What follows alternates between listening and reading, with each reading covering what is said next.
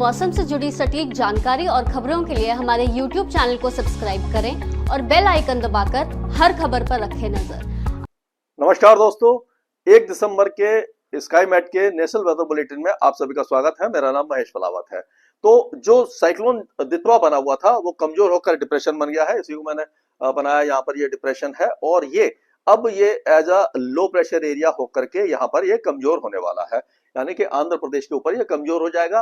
Western disturbance जो पंजाब के ऊपर बना हुआ है वो धीरे धीरे आगे की तरफ जा रहा है, लेकिन एक नया वेस्टर्न डिस्टर्बेंस है जो ये 4 से 5 दिसंबर के बीच में पहाड़ों पर पहुंच जाएगा। 4 से 5 दिसंबर के बीच में पहुंचेगा और उस समय ये पहाड़ों पर खास करके गिलगित बाल्टिस्तान, मुजफ्फराबाद, लद्दाख, जम्मू कश्मीर इन इलाकों में अच्छा स्नोफॉल दे सकता है। बारिश काफी अच्छी हो सकती है और ये काफी दिनों के बाद एक वेस्टर्न डिस्टर्बेंस आया। इसके बाद ऐसा लग रहा है कि वेस्टर्न डिस्टर्बेंसों का तांता लगने वाला है और ये बहुत अच्छी खबर है, खास करके जो हमारे पहाड़ों पर जो भाई बहन रह रहे हैं उनके लिए। जम्मू कश्मीर और हिमाचल में भी ये स्नोफॉल वगैरह हो सकती है। उत्तराखंड में चांसेस कम दिखाई दे रहे हैं। हिमाचल प्रदेश के भी ऊंचे पहाड़ों पर जो स्नोफॉल जब होता है तो जो सेब की फसल है उसके लिए काफी अच्छी ये मतलब एक तरह से एनवायरनमेंट मिलता है। वहां पर जो भी फसलें हैं इस समय पहाड़ों पर उनको जरूरी होती है ठंडक की और यानी कि अच्छा स्नोफॉल की, क्योंकि अगर गर्मी रहती है तो जो फूल हैं वो जल्दी आ जाते हैं और जो फल है वो भी जल्दी अब आना शुरू हो जाते हैं और उनकी डेवलपमेंट नहीं हो पाती, यानी कि जो क्वालिटी है और उसकी जो मतलब कि एक तरह गुणवत्ता है और पैदावार में काफी ज्यादा दिक्कत आती है। और जब ये स्नोफॉल होता है तो वहां के ग्लेशियर फिर से जीवित होते हैं, वहां पर फिर से बर्फबारी होती है। और आपको मालूम है कि जैसे ही टेम्परेचर बढ़ते हैं ग्लेशियर से जो नदियां बह रही हैं, वहां से जितनी भी नदियां आ रही हैं हमारी गंगोत्री, यमुनोत्री से यहाँ से गंगा, यमुना और बाकी जो पंच नदी है जो वहाँ पंजाब में जो आ रही है, वो सारी नदियां ग्लेशियर और उधर से ही आती हैं। तो बहुत ज्यादा जरूरी है कि मैदानी इलाकों में वहां का पानी आता रहे। तो ये एक अच्छा डेवलपमेंट है। और इसके बाद अगर हम देखते हैं तो जो बारिश की गतिविधियां हैं वो जो वेस्टर्न डिस्टर्बेंस क्योंकि आगे निकल रहा है कमजोर हो जाएगा, तो यहाँ पर आपको दिखाई नहीं दे रहा होगा। तो इससे पीछे जो वेस्टर्न डिस्टर्बेंस है उसको अगर हम देखें तो आप देखिए कि यहाँ पर दिखाई दे रहा है, ये काफी दूर दिखाई दे रहा है। तो ये जो वेस्टर्न डिस्टर्बेंस आप देख रहे हैं ये अभी तो ये 1 तारीख का है, यानी कि ये 1 दिसंबर को है। 2 को ये यहाँ पर आ जाएगा, 3 को यहाँ आ जाएगा, 4 को इधर आ जाएगा और 5 को ये पूरा 4 और 5 को यहाँ पर ये पहाड़ों पर स्नोफॉल वगैरह देना शुरू कर देगा। तो अगर ये यहाँ पर देखें हम दक्षिण भारत में, तो यहाँ पर आप देखिए लो प्रेशर एरिया ऑलमोस्ट बन जाएगा। आज ये बन जाएगा और जो अब बारिश की गतिविधियां हैं ये देखो इन सारे इलाकों में रहेगी और ये बाकी कहीं पर भी बारिश नहीं रहेगी। आंध्र प्रदेश में हो सकती है, दक्षिणी उड़ीसा में थोड़ी बहुत हो सकती है। आंध्र प्रदेश या तेलंगाना, इंटीरियर कर्नाटका, तमिलनाडु, केरल ये सारे इलाके बारिश देखेंगे। आपके अंडमान और निकोबार द्वीप समूह में बारिश की संभावना काफी कम दिखाई दे रही है। लक्षद्वीप में हल्की बारिश ही आपको दिखाई दे सकती है। अगर ये 3 तारीख की बात करते हैं तो भी दक्षिणी प्रायद्वीप में बारिश होगी। हो सकता है कि दक्षिणी मध्य महाराष्ट्र और दक्षिणी मराठवाड़ा में भी बारिश की गतिविधियां आपको दिखाई दे जाए। ये वेस्टर्न डिस्टर्बेंस पास आना शुरू हो जाएगा और 4 और 5 तारीख को यहाँ पर बारिश देगा। लेकिन इंड्यूस्ड साइक्लोनिक सर्कुलेशन उत्तर भारत में अभी फिलहाल नहीं बनेगा। अगर प्रेरित चक्रवाती हवाओं का क्षेत्र बन जाता तो पंजाब, हरियाणा, दिल्ली, पश्चिमी उत्तर प्रदेश और कभी कभी उत्तरी राजस्थान में जो बारिश हो जाती है वो तापमान को बहुत तेजी से नीचे गिराती है, क्योंकि बारिश जो सर्दियों की बारिश आपको मालूम है काफी ठंडक बढ़ा देती है और नमी बढ़ जाती है। जब नमी बढ़ती है और वेस्टर्न डिस्टर्बेंस आगे चला जाता है तो फिर क्या होता है कि ये जो उत्तरी हवाएं हैं उसको मैं आपको दिखाने की कोशिश करता हूं कि वो किस तरह से चलती हैं। पहले तो इस मैप में देखते हैं क्या बना हुआ है। तो यहाँ पर ये जो मैप है, तो अगर ये वेस्टर्न डिस्टर्बेंस मान लीजिए आगे चला जाता है तो पहले जब वेस्टर्न डिस्टर्बेंस यहाँ होता है तो क्या होता है कि हवाएं इस तरह से घूम रही होती है, यहाँ पर इस तरह से घूम रही होती है तो उत्तरी हवाएं कट ऑफ हो जाती हैं। लेकिन जैसे ही ये वेस्टर्न डिस्टर्बेंस आगे जाता है तो क्या होता है कि हवाओं का जो रुख है वो एक तरह से बदल जाता है। अगर ये वेस्टर्न डिस्टर्बेंस मानिए यहाँ चला गया तो जो नॉर्मल फ्लो है हवाओं का ये एक तरह से आना शुरू हो जाता है और ये जो उत्तरी हवाएं हैं यहाँ पर स्नोफॉल हो चुका होता है, यहाँ से जो बर्फीली हवाएं आती है वो आप देखिए ये आपका पंजाब, हरियाणा, पश्चिमी उत्तर प्रदेश, राजस्थान, गुजरात और मध्य प्रदेश और यहाँ तक कि महाराष्ट्र और तेलंगाना तक तापमान को गिरा देती है। तो इसका इंतजार है।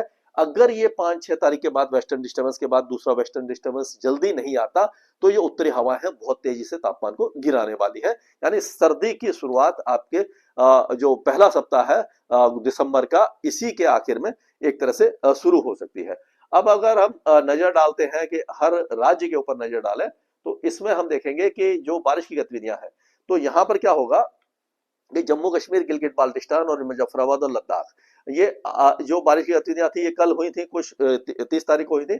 अब ये होगी यहाँ पर 4 से 5 तारीख को हो सकती है, और फिर 7 से 8 तारीख को इन इलाकों में यहाँ पर बारिश की गतिविधियां हो सकती हैं। गिलगित बाल्टिस्तान, मुजफ्फराबाद, लद्दाख, यहाँ पर कुपवारा, बांदीपुर, बारामुल्ला, गंदरबल, ये श्रीनगर, बदगांव, पुलवामा, अनंतनाग, कुलगांव, पुंछ, राजौरी, रियासी, ये सारे इलाकों में बारिश और स्नोफॉल की संभावना हमें दिखाई दे रही है। अगर हम बात करें ये हिमाचल की, तो हिमाचल में चंबा, लाहौल स्पीति, ये जो इलाके हैं यहाँ पर स्नोफॉल हो सकता है, लेकिन बाकी इलाके लगभग सूखे रहेंगे। मंडी, धर्मशाला, कुल्लू, कांगड़ा, हमीरपुर, यहाँ पर बादल आ सकते हैं, लेकिन चांसेस बारिश के कम दिखाई दे रहे हैं इस वेस्टर्न डिस्टर्बेंस के कारण। और उत्तराखंड की बात करें तो उत्तराखंड का मौसम लगभग साफ रहेगा। उत्तरकाशी वगैरह में हल्की बूंदाबांदी या बादलवाही हो सकती है, लेकिन दक्षिण इलाके सूखे रहेंगे। पंजाब में जो हवाएं हैं वो उत्तर दिशा से अभी फिलहाल चल रही हैं, उत्तर पश्चिम दिशा से अमृतसर, गुरदासपुर, पठानकोट, ये जलंधर वगैरह जो है, ये सरसा, ये इन इलाकों में जो आदमपुर वगैरह में काफी ज्यादा ठंडक आ गई है। बाकी इलाकों में भी जो टेम्परेचर है वो गिरने वाले हैं।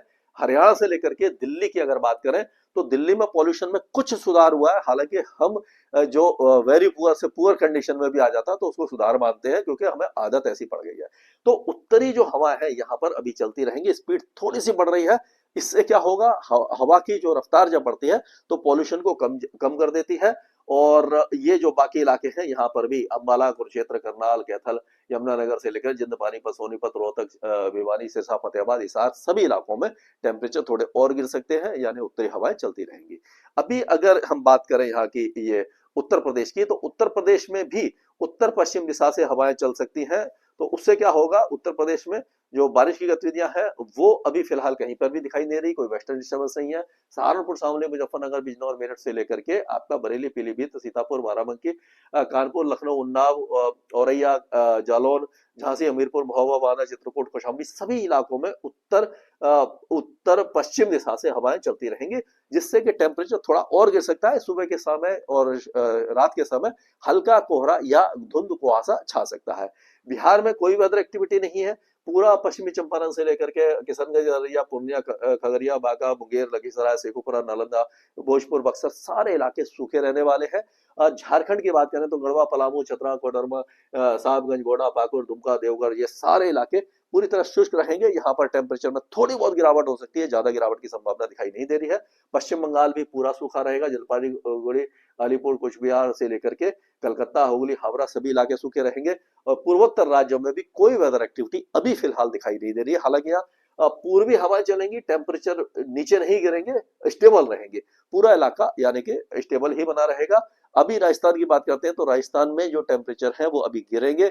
उत्तरी हवाएं यहाँ पर अगले 2 दिनों के दौरान चलेंगी, जिससे कि टेम्परेचर गिर सकते हैं। उसके बाद वेस्टर्न डिस्टर्बेंस आएगा। 4-5 तारीख को टेम्परेचर थोड़े से बढ़ सकते हैं। उसके बाद फिर से बहुत तेजी से तापमान गिरेंगे। तो आपका गंगानगर, हनुमानगढ़ से लेकर के बीकानेर, चूरू, झुंझुनू, सीकर, अलवर, भरतपुर, दौसा, करौली, जयपुर, नागौर, जोधपुर, जैसलमेर, जवारमेर, फिरोई, पाली, राजसमंद, चित्तौड़गढ़, सभी इलाकों में हल्के फुल्के टेम्परेचर अगले 2 दिनों की तरह गिरेंगे। और उसके बाद 4-5 तारीख को रुकेंगे और उसके बाद फिर से ठंडक बढ़ जाएगी। मध्य प्रदेश की अगर हम बात करते हैं तो मध्य प्रदेश में भी अभी फिलहाल बहुत ज्यादा बदलाव दिखाई नहीं देगा। मौसम शुष्क रहेगा, उत्तरी हवाएं चलेंगी। यहाँ पर जो हवाएं हैं वो आपको मालूम है कि यहाँ से घूम करके आ रही हैं, तो ये जो हवा है इस तरह से आएंगी। तो यहाँ पर भी अभी सूखी हवाएं ही रहेंगी और टेम्परेचर थोड़ा बहुत यहाँ पर भी गिर सकता है, लेकिन मौसम में कोई भी बदलाव नहीं होगा। पूरी तरह से मौसम शुष्क रहेगा।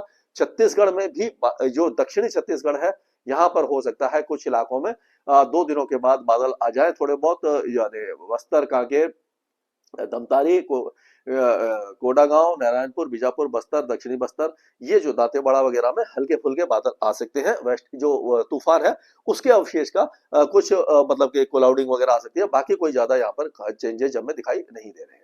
अगर हम उड़ीसा की बात करें तो उड़ीसा में भी जो दक्षिणी उड़ीसा है यहाँ पर, यानी कि आप कह सकते हैं कालाहांडी, कंधमाल, गंजम, गजपति, रायगढ़, कोरापुट, मलकानगिरी और ये नवरंगपुर, इस इलाके में बहुत हल्की बारिश की संभावना हमें दिखाई दे रही है।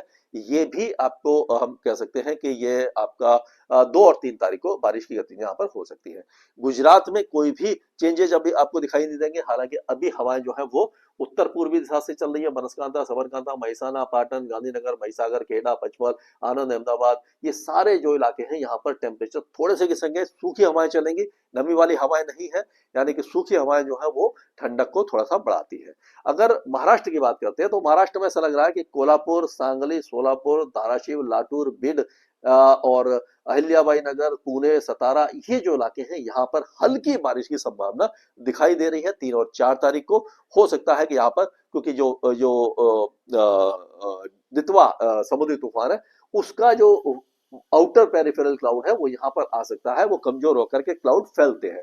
अगर हम यहाँ की बात करें, तेलंगाना की बात करें, तो तेलंगाना में भी कई इलाकों में अब हमें बारिश की गतिविधियां दिखाई देने वाली हैं। अगर जो बारिश है वो आपकी ये नागरकोल, नालगोंडा, सूर्यापेट, खम्मम और महबूबाबाद, जनगांव,